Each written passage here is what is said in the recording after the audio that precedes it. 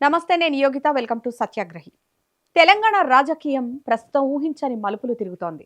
ముఖ్యమంత్రి రేవంత్ రెడ్డికి అధిష్టానం వరుస షాక్లు ఇస్తోందా? రేవంత్ తన సొంత టీంతో పాలన సాగిస్తున్న వేళ హైకమాండ్ ఒక కొత్త టీంను రంగంలోకి దించేందుకు సిద్ధమవుతోందా? మంత్రివర్గ పునర్వ్యవస్థీకరణలో 3 నుంచి 4 మంత్రులకు కోత పెట్టి వారి స్థానంలో 5 కొత్త ముఖాలకు చోటు కల్పించేలా పక్కా స్కెచ్ వేసిందా? అసలు గాంధీ భవన్ నుంచి ఢిల్లీ దాకా జరుగుతున్న ఈ పొలిటికల్ గేమ్ ఏంటి? రేవంత్ పక్కన పెట్టిన నాయకులకు ప్రమోషన్లు ఇవ్వబోతున్నారా? ఈ పూర్తి వివరాలు ఇవాల్టి మన స్పెషల్ పొలిటికల్ అనాలిసిస్ లో చూద్దాం. తెలంగాణలో కాంగ్రెస్ అధికారంలోకి వచ్చినప్పటి నుంచి సీఎం రేవంత్ రెడ్డి ఒంటెద్దు పోకడలకు వెళుతున్నాడనేది కాంగ్రెస్ లో కొందరు బహిరంగంగా చేసిన ఆరోపణ. అయితే పార్టీలోని గ్రూప్ రాజకీయం, ఒరిజినల్ కాంగ్రెస్ నేతల అసంతృప్తి హైకమాండ్ దృష్టికి చేరింది. ఇది పార్టీకి తీవ్ర నష్టం కలిగిస్తుండటంతో ఇక తప్పక రంగంలోకి దిగింది కాంగ్రెస్ హైకమాండ్.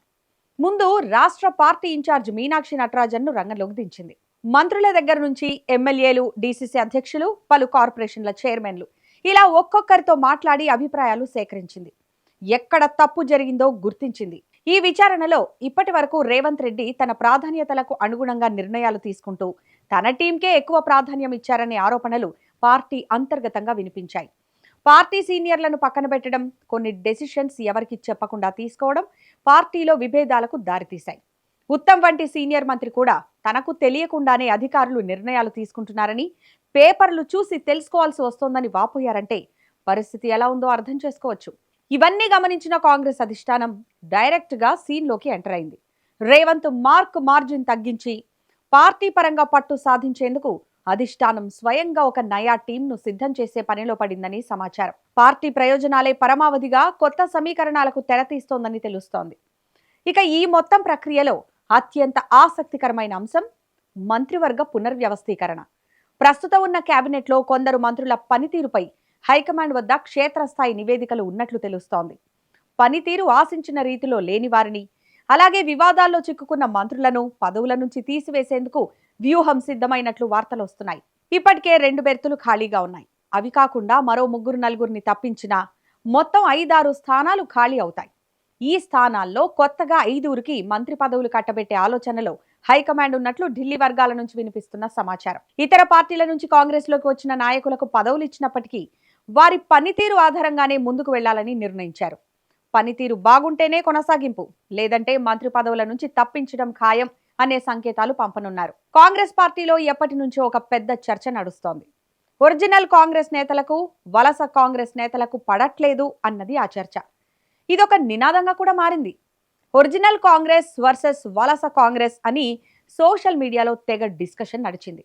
ఇప్పుడు ఇదంతా ఎందుకు చెప్పుకోవడం అంటే, రాజగోపాల్ రెడ్డి వంటి సీనియర్ నాయకుడికి మంత్రి పదవి ఇస్తామని హామీ ఇచ్చింది ఆ పార్టీ అధిష్టానం. అయితే పార్టీ అధికారంలోకి వచ్చింది, కానీ రాజగోపాల్ రెడ్డికి ఇచ్చిన మాట మాత్రం నెరవేరలేదు. ఎందుకు అంటే బయటకు వినిపించిన ఒకే ఒక్క రీజన్ రేవంత్ రెడ్డి. అవును, రేవంత్ రెడ్డి అడ్డుపడటం వల్లే రాజగోపాల్ రెడ్డికి అమాత్య యోగం కలగలేదని జోరుగా చర్చ జరిగింది. ఇప్పుడు కూడా జరుగుతోంది. కాసేపు రాజగోపాల్ రెడ్డి సంగతి పక్కన పెడదాం. జగిత్యాలలో జీవన్ రెడ్డిని కూడా చాలా ఇబ్బంది పెట్టారు రేవంత్ రెడ్డి. దశాబ్దాల అనుభవం ఉన్న నాయకుణ్ణి ఎంత అవమానించాలో అంతా అవమానించారు. తనకు తెలియకుండా, ఆ తర్వాత తాను వద్దంటున్నా వినకుండా ఎమ్మెల్యే సంజయ్ను పార్టీలో చేర్చుకున్నారు. అక్కడితో ఆగలేదు. జీవన్ రెడ్డి వర్గానికి పొగ పెడుతూ పార్టీ పదవులు, స్థానిక ఎన్నికల్లో టికెట్లు ఇలా అన్ని సంజయ్ వర్గానికే ఇచ్చారు. దీంతో ఈ అవమానం భరించలేక కాంగ్రెస్ ను వీడి బీఆర్ఎస్ లో చేరారు జీవన్ రెడ్డి. అక్కడి నుంచి షబ్బీర్ అలీ వైపు ఈ గొడవలు తిరిగాయి. ఆయన్ను కూడా ఇబ్బంది పెట్టి ఏమైందో తెలియదు కానీ ఇప్పుడు సైలెంట్ అయ్యారు. వీరిద్దరే కాదు, ఇలా బాధపడిన వారి లిస్ట్ చాలా పెద్దది.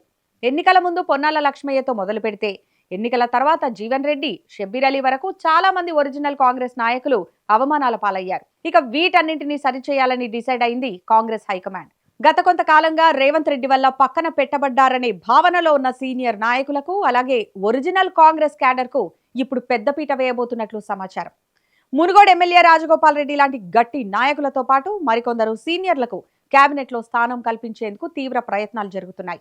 గతంలో రేవంత్ వర్గం నుంచి ప్రాధాన్యం దక్కని కీలక నాయకులకు పార్టీ పదవుల్లో లేదా కార్పొరేషన్ నామినేటెడ్ పోస్టుల్లో పెద్ద ఎత్తున ప్రమోషన్లు ఇచ్చి వారిని సంతృప్తి పరిచే ప్లాన్ రెడీ చేసిందంట కాంగ్రెస్ హైకమాండ్. దీని ద్వారా పార్టీ ఆరంభం నుంచి ఉన్న సీనియర్లలో ఉన్న అసంతృప్తిని చల్లార్చి క్యాడర్కు భరోసా ఇవ్వడం అధిష్టానం లక్ష్యంగా తెలుస్తోంది. ఇప్పుడు అసలు సిసలు పొలిటికల్ పాయింట్కి వద్దాం. ఇప్పటి నుంచే రేవంత్ రెడ్డి ప్రాబల్యం మరీ ఎక్కువ కాకుండా చెక్ పెట్టి తెలంగాణ కాంగ్రెస్ సంస్థాగత వ్యవస్థపై హైకమాండ్ తన పట్టును పెంచుకోవాలని చూస్తున్నట్లు అర్థమవుతోంది. ఇకపై ప్రభుత్వ పరంగా లేదా పార్టీ పరంగా ఏ నిర్ణయం తీసుకున్నా హైకమాండ్కు ముందే సమాచారం అందించి వారి అనుమతి పొందిన తర్వాతే ముందుకు వెళ్లాలని కఠినమైన రూల్స్ అమలు చేయబోతున్నారట.